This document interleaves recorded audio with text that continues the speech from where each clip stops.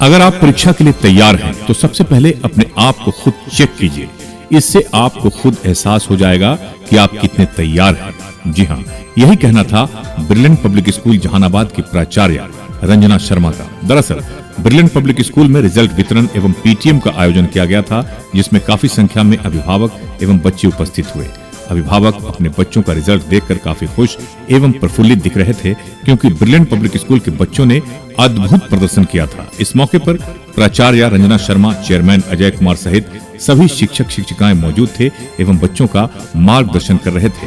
बेहतर रिजल्ट लाने वाले बच्चों को पुरस्कृत करने की भी घोषणा की गई। इस मौके पर प्राचार्य रंजना शर्मा ने बेहतर प्रदर्शन करने वाले बच्चों से कहा कि अगर आपने बहुत बेहतर किया है तो भी आप इत्मीनान न हो, ये ना समझें कि हमने तो बहुत बेहतर प्रदर्शन कर लिया, क्योंकि ये अभी शुरुआत है। इससे भी ज्यादा आपको मेहनत करने की जरूरत महसूस होनी चाहिए, तभी सफलता आपके कदमों में खुद ब खुद होगी। माहौल काफी खुशनुमा था। बच्चे एवं अभिभावक इस अवसर पर काफी खुश एवं प्रफुल्लित नजर आ रहे थे। एसके मिर्जा, ईशा न्यूज के लिए।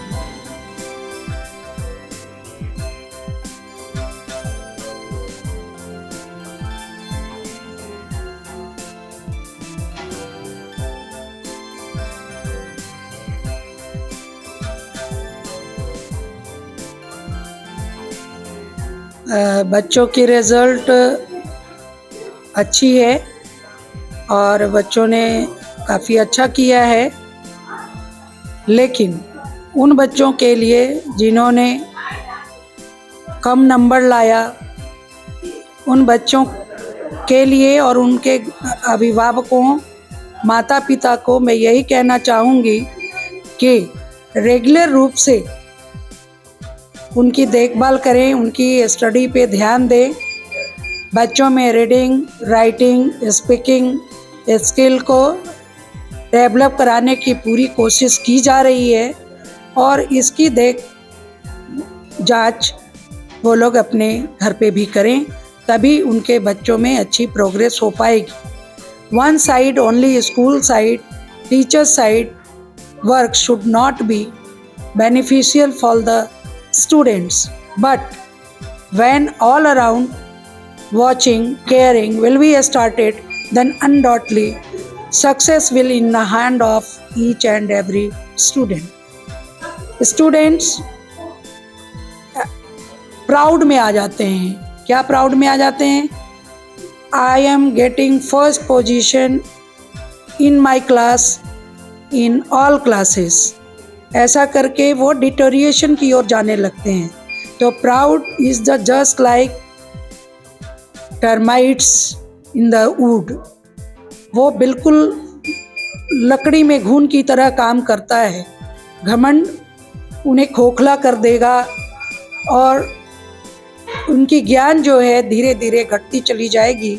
And a day will come will not be success. ऐसा भी देखा गया है कि जो बच्चे बचपन में अच्छा किए, जैसे जैसे बढ़ते गए उनमें कमियां आते आते केयर नहीं किया गया, उसके बाद वो एक दिन फेलियर हो जाते हैं और मैदान छोड़कर भाग जाते हैं।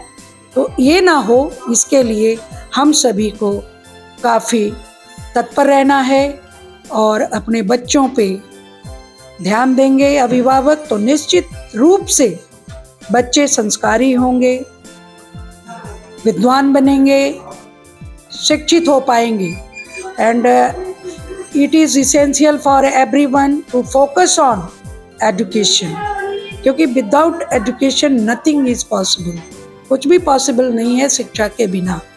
तो मैं यही कहूँगी कि शिक्षा पे ध्यान दिया जाए और सही ढंग से उन्हें शिक्षित किया जाए।